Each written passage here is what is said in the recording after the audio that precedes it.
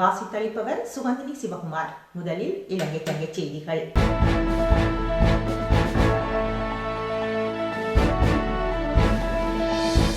இலங்கை பூகோள அரசியல் சக்திகளுக்கான உதைபந்தாட்ட மைதானமாக விளங்க முடியாது. வெளிவிவகார செயலாளர் தெரிவிப்பு.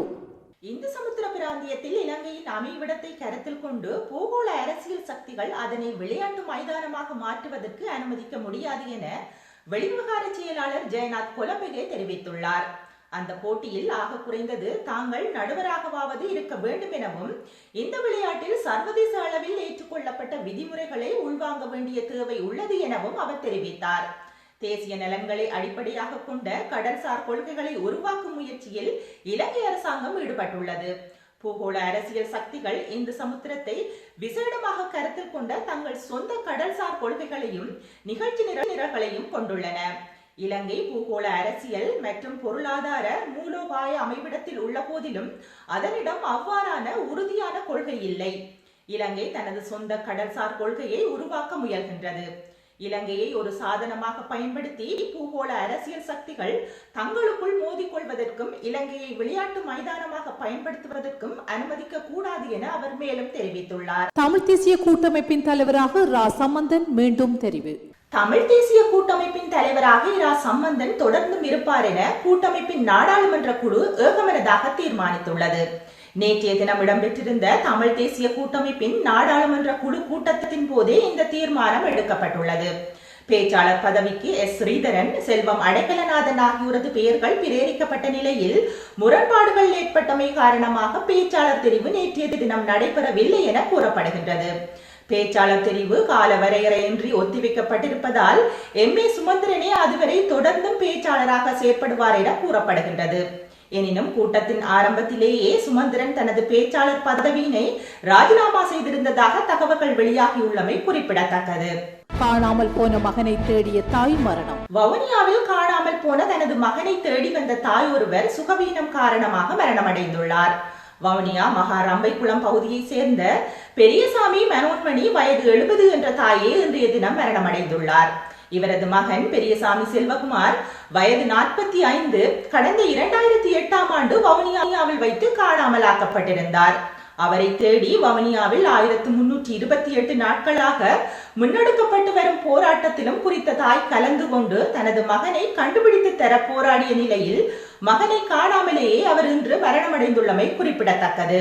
இதேவேளை தமது பிள்ளைகளை தேடிய இரு தந்தைமார் வவுனியாவில் அண்மையில் மரணமடைந்திருந்தமை குறிப்பிடத்தக்கது. நாட்டை முழுமையாக முடக்குவதற்கான எந்த ஒரு தீர்மானமும் இதுவரை இல்லை. நாட்டை முழுமையாக முடக்குவதற்கான எந்த ஒரு தீர்மானமும் அரசாங்கம் இதுவரை எடுக்கவில்லை என்று வர்த்தக அமைச்சர் பாந்துல குணவர்த்தன தெரிவித்துள்ளார். அனாவசியமான அச்சத்தில் அத்தியாவசிய பொருட்களை முண்டியடித்து சேர்க்க வேண்டாம் என்ற அறிவுரையையும் அமைச்சர் இன்று வழங்கினார். ஊடகம் ஒன்றிற்கு இன்று கருத்து வெளியிட்ட அமைச்சர் மக்களின் அச்ச உணர்வால் எடுக்கப்பட்ட தீர்மானத்தினால் பல பகுதிகளில் அத்தியாவசிய பொருட்களுக்கான தட்டுப்பாடு ஏற்பட்டுள்ளதாகவும் குறிப்பிட்டார். கொரோனா 3வது அலையின் தாக்கத்தை உணராமல் பரீட்சை நடத்துவது விச பரீட்சைக்கு ஒப்பானது. தற்போது நாட்டில் ஏற்பட்டுள்ள கொரோனா 3வது அலையின் தாக்கம் பயங்கரமானது எனவும் பல மாவட்டங்கள் தனிமைப்படுத்தலோடு முடங்கியுள்ளது எனவும் சில மாகாணங்களில் சகல கல்வி நடவடிக்கைகளும் நிறுத்தப்பட்டுள்ளன எனவும் தொற்றானது இன்னும் பல பிரதேசங்களுக்கு பரவும் ஆபத்து உள்ளது எனவும் ஊடகங்களில் பிரதான செய்திகளாக வந்த வண்ணம் உள்ளன. இந்த நிலையில் தரம் 5 புலமை பரிசில் பரீட்சையும் உயர்தர பரீட்சைகளுக்கும் போட்டி பரீட்சைகளே. நாட்டில் உள்ள அனைத்து மாணவர்களுக்கும் கல்வியில் சம வாய்ப்பு வழங்கப்பட வேண்டும். மேல்நிலை வர்க்கத்தினரை மாத்திரம் வைத்துக் கொண்டு கல்வி செயற்பாடுகளை முன்னெடுக்க முடியாது என இலங்கை தமிழர் ஆசிரியர் சங்கம் தெரிவித்துள்ளது. நாட்டில் கொரோனா தொற்றானது சமூக தொற்றாக இல்லாத நிலையில் பரீட்சைகளை பிற்போட்டு சமூக தொற்றாக உருவெடுத்துள்ள நிலையில் பரீட்சைகளை நடத்தலாமா? சில மாகாணங்களில் பிரத்யேக வகுப்புகளும் தனியார் வகுப்புகளும் நடைபெறுகின்றன. சில மாகாணங்களில் எந்த வகுப்புகளும் நடைபெறவில்லை. அதிலும் பின்தங்கிய பிரதேசங்களில் இணையவழி கற்கைக்கான வசதிகளும் இல்லை. வசதி படைத்தவர்கள் பாதுகாப்பாகவும் பிற வசதிகளுடனும் தமது பிள்ளைகளின் கல்வி செயற்பாடுகளை தடையின்றி முன்னெடுக்கின்றனர். இது கல்வியின் சமமின்மையை வெளிப்படுத்துகின்றது. கம்பகாவில் உருவெடுத்த கொரோனா சமூக தொற்றானது நாட்டின் பல பகுதிகளுக்கும் பரவ தொடங்கியுள்ளதாகவும் அதற்காக எல்லோரையும் சுகாதார பாதுகாப்போடு நடந்து கொள்ளுமாறும் அறிவுறுத்தப்பட்டுள்ளது. அது மட்டுமன்றி சுகாதாரத்துறை சார்ந்த தொற்று நோயியல் பிரிவின் தலைவர் டாக்டர் சுடத் சமரவீர இலங்கை முழுவதும் இந்த நோய் பரவும் ஆபத்து இருப்பதாக எச்சரித்துள்ளார். இத்தகைய நிலையில் தமது பிள்ளைகளின் உயிர் பாதுகாப்பிலேயே பெற்றோர் கவனம் செலுத்த வேண்டியுள்ளது. பரீட்சைகளை காலத்துக்கு காலம் நடாத்தி மாணவர்களை அடுத்த நிலைகளுக்கு கொண்டு செல்வதே ஆசிரியர்களின் இலக்கு. அவர்களுக்கு பரீட்சைகளை நடத்தாமல் தொடர்ந்தும் அதே நிலைகளில் வைத்திருப்பதனை எந்த ஒரு ஆசிரியரும் விரும்பியதில்லை. ஆனாலும் தற்போதைய நிலையில் சுகாதாரத்துறையினர் ஒரு அறிவித்தலையும், பாதுகாப்பு துறையினர் இன்னொரு அறிவித்தலையும், கல்வித்துறையினர் இன்னொரு அறிவித்தலையும் விட முடியுமா? இதனை சுகாதாரத்துறை சார்ந்தவர்கள் எவ்வாறு நோக்குகின்றனர் என கேள்வி எழுப்பியுள்ளது. மினுவாங்கட ஆடை தொழிற்சாலை கொரோனா தொற்றாளர் 78 பேர் காத்தான்குடி ஆதார வைத்தியசாலையில். கொரோனா வைரஸ் தொற்றுக்குள்ளான 78 பேர் காத்தான்குடி ஆதார வைத்தியசாலையில் அனுமதிக்கப்பட்டுள்ளார்கள் என காத்தான்குடி ஆதார வைத்தியசாலை வட்டாரங்கள் தெரிவித்தன. கம்பஹா மாவட்டத்தின் மினுவாங்கோட ஆடை தொழிற்சாலையில் கடமையாற்றும் ஊழியர்களும் இன்னும் சிலருமே கொரோனா வைரஸ் தொற்று உறுதிப்படுத்தப்பட்ட நிலையில் இவ்வாறு அனுமதிக்கப்பட்டுள்ளனர். இவர்கள் பலத்த பாதுகாப்புடன் நேற்றிரவு பஸ்ஸில் அழைத்து வரப்பட்டு காத்தான்குடி ஆதார வைத்தியசாலையில் அனுமதிக்கப்பட்டுள்ளனர். இனி இந்திய செய்திகள்.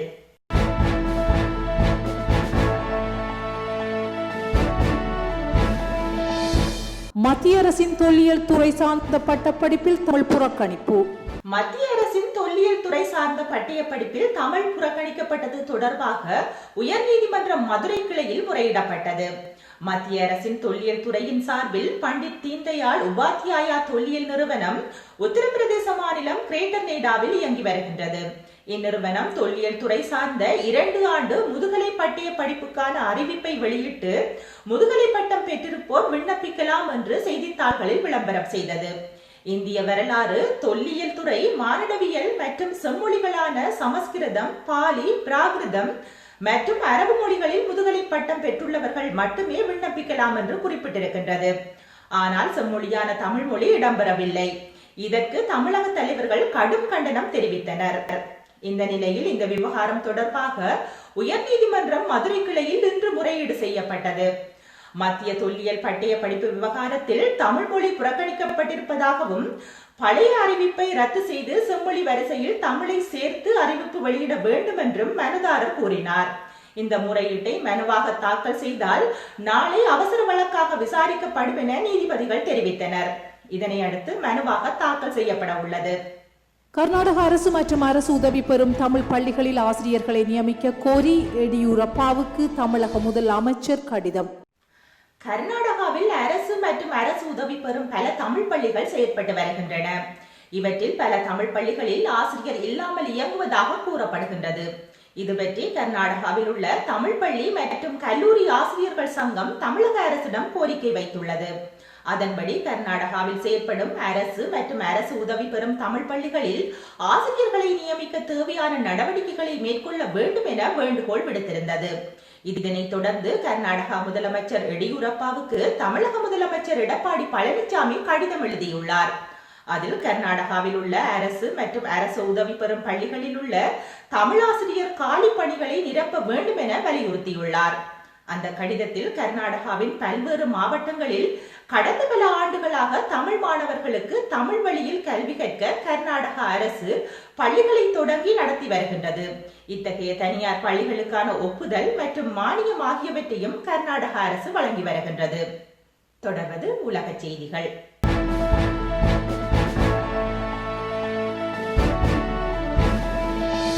பிரித்தானியாவில் வைரஸ் தொற்றினால் 14,162 பேர் தொற்றுக்குள்ளாகியுள்ளனர். பிரித்தானியாவில் கொரோனா வைரஸ் தொடர்ச்சியாக 2வது நாளாகவும் 10,000க்கு மேற்பட்டோர் பாதிக்கப்பட்டுள்ளனர்.